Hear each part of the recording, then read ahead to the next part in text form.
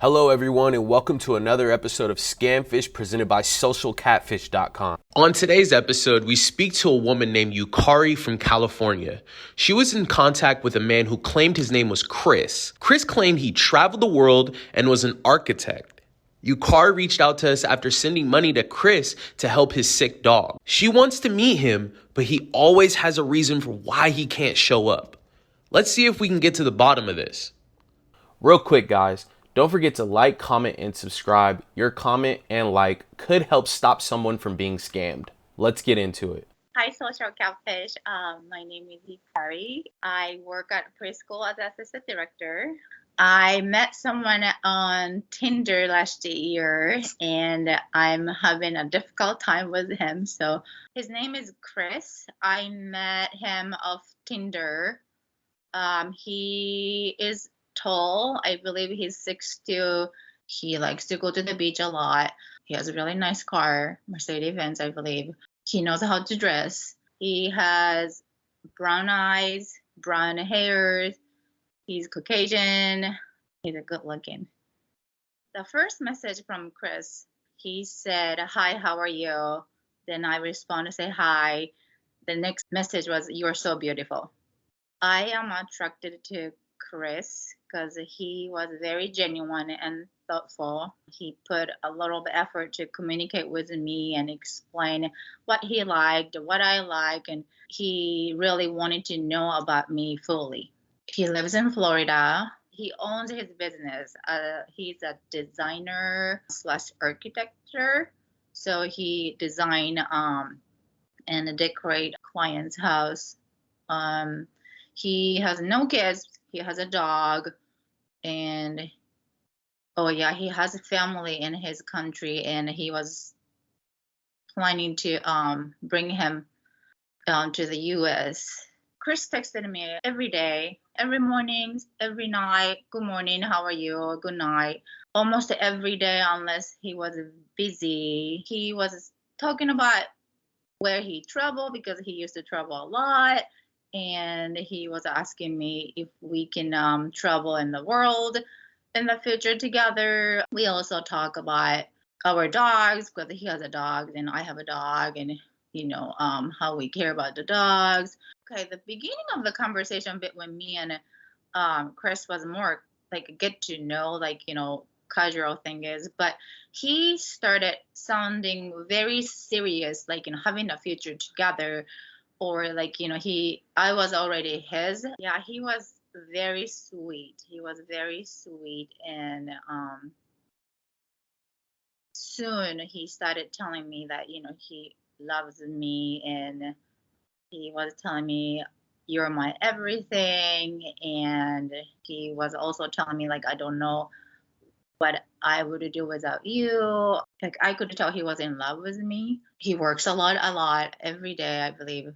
He owns his company business, so he has own business. He had to have a business trip to Hawaii. He had a business partner before. However, the business partner went back to his own country, so he was no longer working with Chris. The business partner was in charge for a tax staff, so I guess IRS was sending a letter to the business partner. When Chris was in Hawaii, he was about to receive money from his client, but because of that issue, his bank was closed and he could not access to his bank. So he was asking me to help him because he needed to buy supplies for decorating a house. He was asking me to see if I can share my bank account so he can transfer his investment account and my account to transfer his money to me. Then he wanted me to send that money to him or client. I forgot at the time, but that was a lot of money. And later on, he had to go home soon because his dog was sick, and he also didn't have the money for the airplane ticket. So he was telling me that he was borrowing the money from his mom from different country. And on that day that he really wanted to leave, He asked me $300 to borrow, but I said it 200, and I helped him $200 because I felt really bad for the dogs. His dog was being sick, and so I did send him $200. When I heard that Chris's dog was really sick, I just could not help myself because I felt so bad. A couple years ago, I lost my dog, so that was hurting my feeling a lot, and I didn't want him to go through the same issue that I had, and I didn't want him to be sad about his dog. That is the big reason that I decided to send his money. I haven't talked to him for 3 weeks ish now. The reason why is because I have asked him again to send me my money back, and I believe he was irritated or disappointed because I asked him a couple of times. He was already being depressed and having a difficult life, but I was asking him to return me the money, which made him to feel more stressful. So this time I decided to just give him space or not to contact to him from me unless he reach out to me. The first time I felt a little suspicious about Chris was when he started telling me I love you so quickly. So that made me feel unsure. Then he started sharing me his passport and his bank account and his too personal stuff. That made me feel suspicious again. Connecting my bank account and his bank account.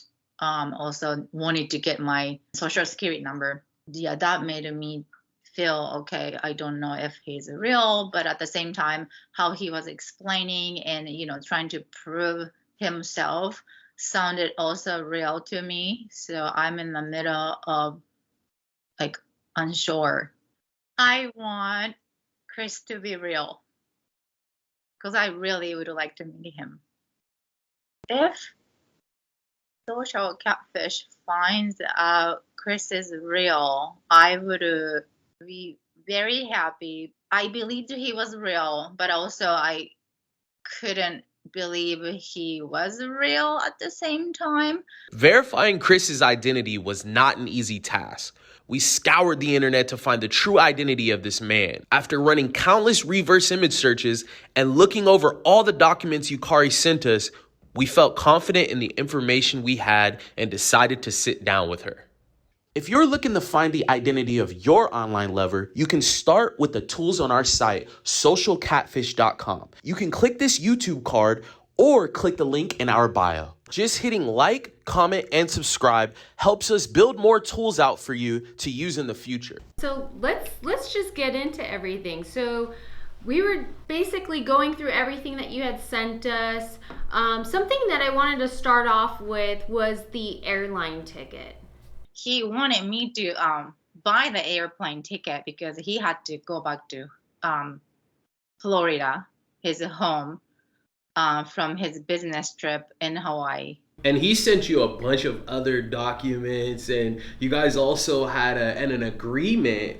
How did that come about? So eventually, when I decided to help him, I asked him to video record and give me the statement that he would send me the money back, but he didn't want to be on the camera. So he wrote a letter, put his name on, my name on, and he promised that he was going to give it back to me.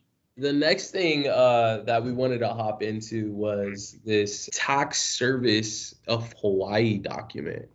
He sent me those documents for me to believe what he has been going through.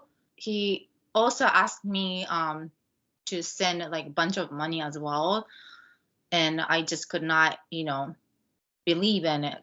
Send a couple of $1,000 to somebody that I've never met, or not even even I know, but he basically he wanted me to believe, he's real and he really needs help and what he has been going through. That's why he sent me those documents as well. There was also multiple areas where it was photoshopped.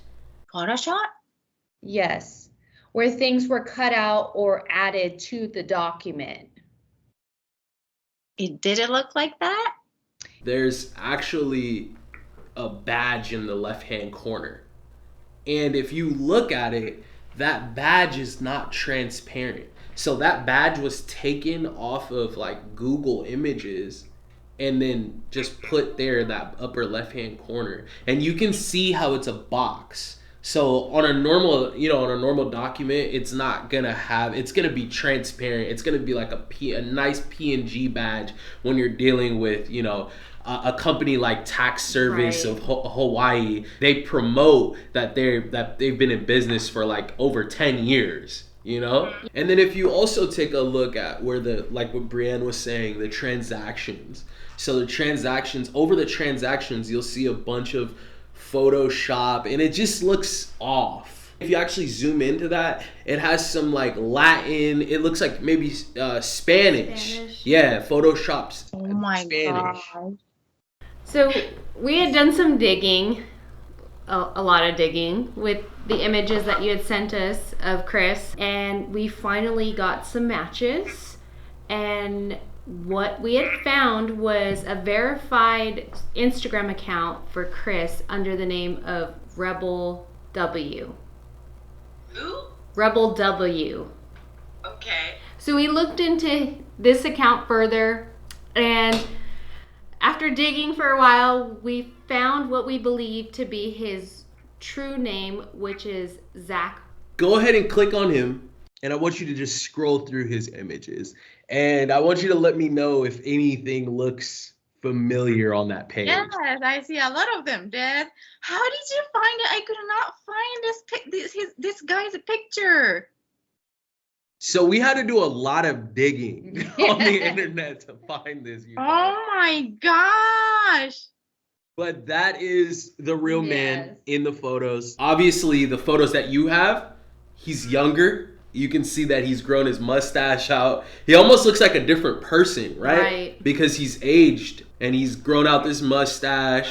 All right. Yeah, but if you look, there's a lot of photos on here that are the exact same photos that you received. This guy, he has nothing to do with this scam, right? Right. Unfortunately, you were scammed and it wasn't by him. Wow.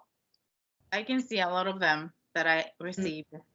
This guy, he's a model. When he was younger, he was modeling for a underwear company. He does a lot of traveling, as you can see, which is very similar to what the scammer was telling you. So scammers tend to do that. They take similar elements from the real person and kind of mix it in to create their own story to get you to believe they're real. So since this guy travels the world a lot, Chris also traveled the world a lot, which made sense because he had so many photos from across the whole world. Yukari, I see you processing just a bit. What are you thinking right now? Like, what's going on in your head? No, because I would have never imagined that I would be scammed, and I had a confidence this guy is real because I did research. Like I looked everywhere, like everything, like phone number and blah blah blah blah. But I could just not find him. I'm pretty good at like finding those catfish people on those dating apps. But I'm just shocked. What are you gonna do from here? What do you think is your end goal with Chris? I haven't reached out to him almost. It would be almost a month, and I don't think I would say anything. I just felt that. I mean, I was a little upset when he disconnected me, but I just had to talk to myself that this guy needed money more than I do, I guess. For whatever reason, I don't know if he's rich or poor, but I just had to feel sorry for him so I can just, move on to not to be like angry or be in any having any negativity towards to this guy. Yeah. And Yukari, it looks like you were having some doubts. I mean, there's obviously a reason why you came to us seeking answers. You probably were sensing some red flags at some point. So, and even after giving you the results, you seem very calm and positive. That's a great thing. You're leaving on a good note. Yeah, but it bothers me a little bit. But Oh, for sure. oh well. So Yukari, my last question for you is, how do you feel about online dating? I don't know. I think it's good and bad. I don't know, because I've seen so many catfishes on those dating apps. So I feel like I shouldn't be on those apps anymore. But at the same time, it can happen in the public as well. Like they can, scam me if they want. So I think I just have to be more cautious. Thanks for watching another episode of Scamfish presented by SocialCatfish.com. Don't forget to like, comment, and subscribe. See you next time. Scams come in so many different forms. If you have been a victim of any of the scams below, please email us at sharemystory@socialcatfish.com. We'll get to the bottom of it with help from our Social Catfish team. By sharing your story with our YouTube audience, we can educate, spread awareness, and maybe someday we can put an end to these scams.